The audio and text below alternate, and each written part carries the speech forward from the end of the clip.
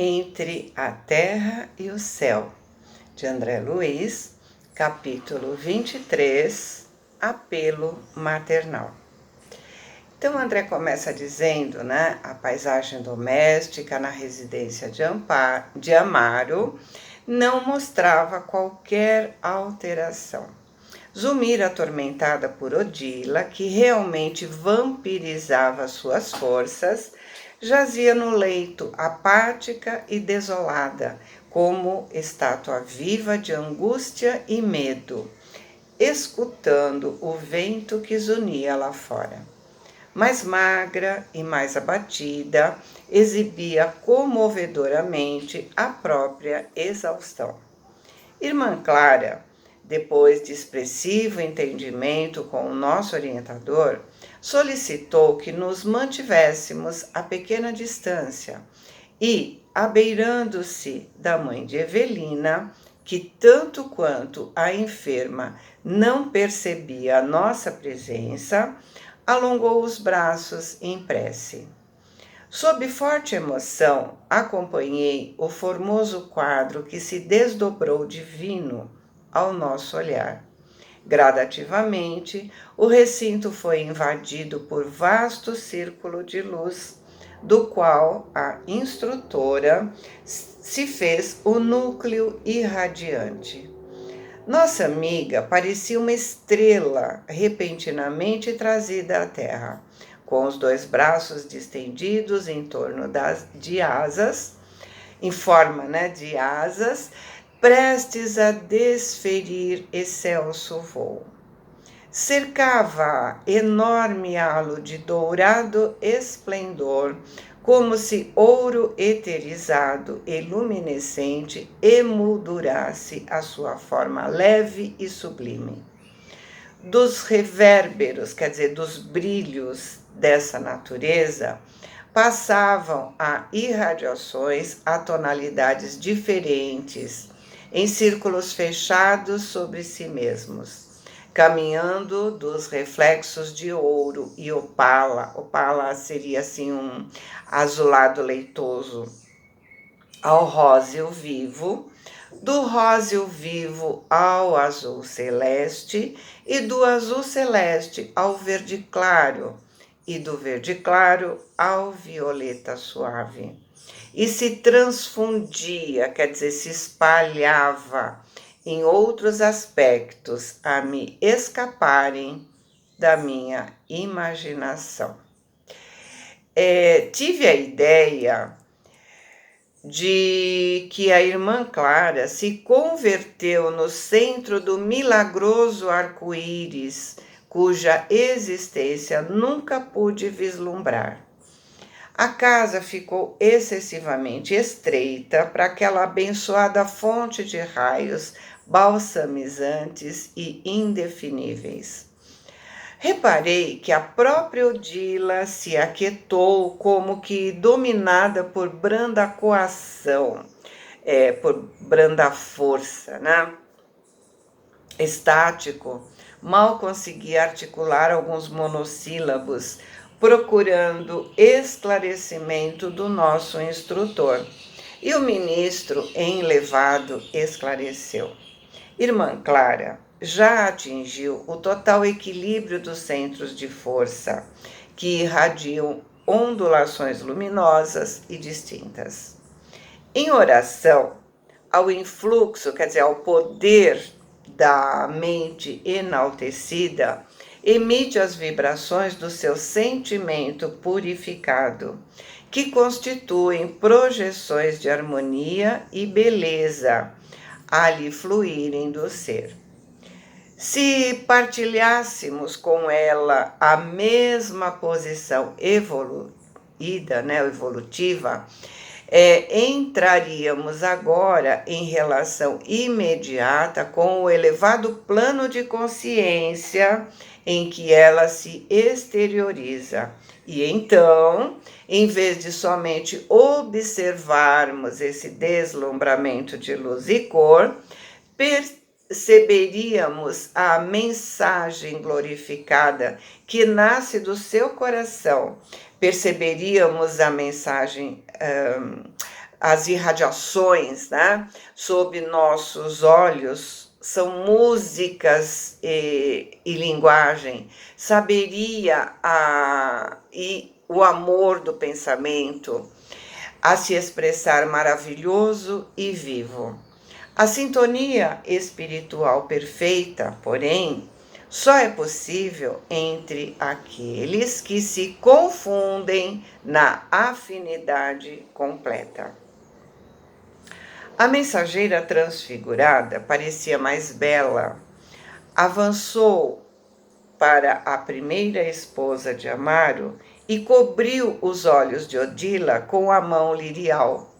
E Clarencio diz feliz: reparem, ela tem o poder de ampliar a visão. Odila identificará a sua presença, assim como a vemos. Com efeito, vimos que a mãe de Evelina, tocada por aqueles dedos celestes, proferiu um grito de encantamento selvagem e caiu de joelhos. Naturalmente, ofuscada pelo brilho que se envolvia, a visitante inesperada, né, começou a chorar, suplicando: Anjo de Deus, me socorre, me socorre. Odila, que fez? Que fazes? Interrogou a emissária com inesquecível inflexão de ternura. Estou aqui me vingando por amor. Porém, haverá algum ponto de contato entre amor e vingança? Indicando timidamente a triste companheira que jazia acorrentada ao leito, Odila tentou conservar a atitude que lhe era característica, exclamando cruel: devo afastar a intrusa que assaltou a minha casa. Essa miserável mulher tomou meu marido e assassinou meu filhinho. Quem ama faz justiça pelas próprias mãos. E Clara revidou, abraçando-a. Pobre filhinha. Quem ama semeia a vida e a alegria, combatendo o sofrimento e a morte. Quando o nosso culto afetivo se converte em flagelação para os que seguem ao nosso lado, não abrigamos outro sentimento que não seja aquele do desvairado, alucinado, né? Apego a nós mesmos, na centralização do egoísmo aviltante.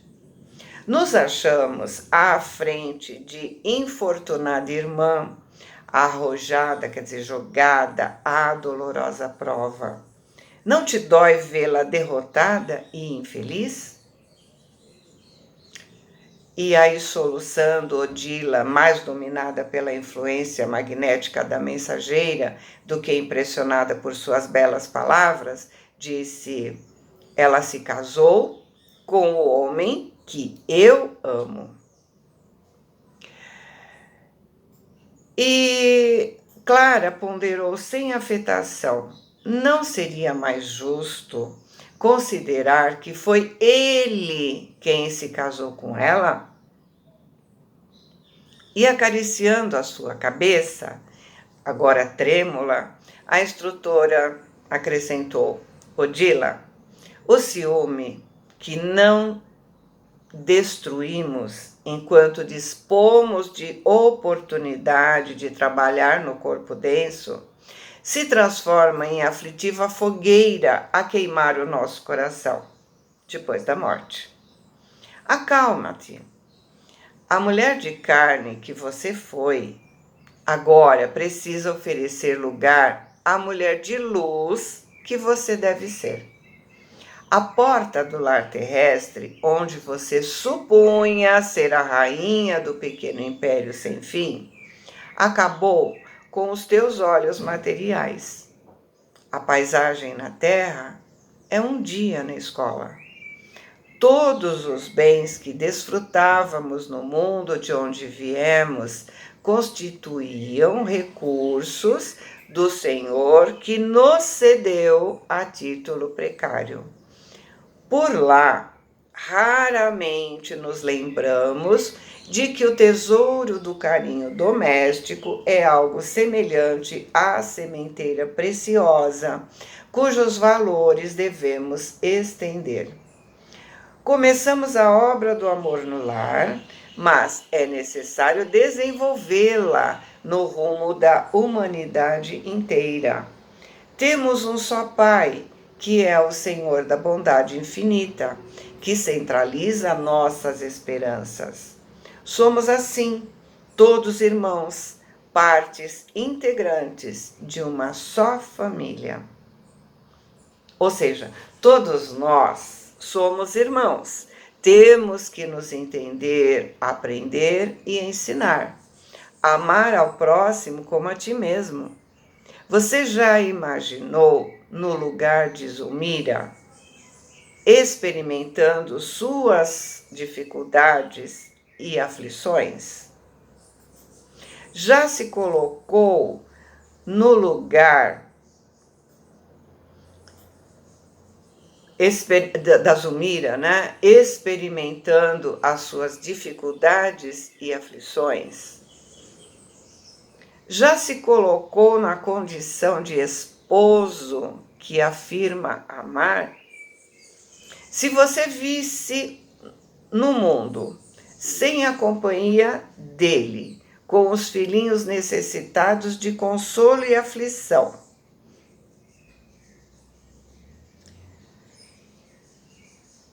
não sentiria reconhecimento por alguém que a auxiliasse a protegê-los?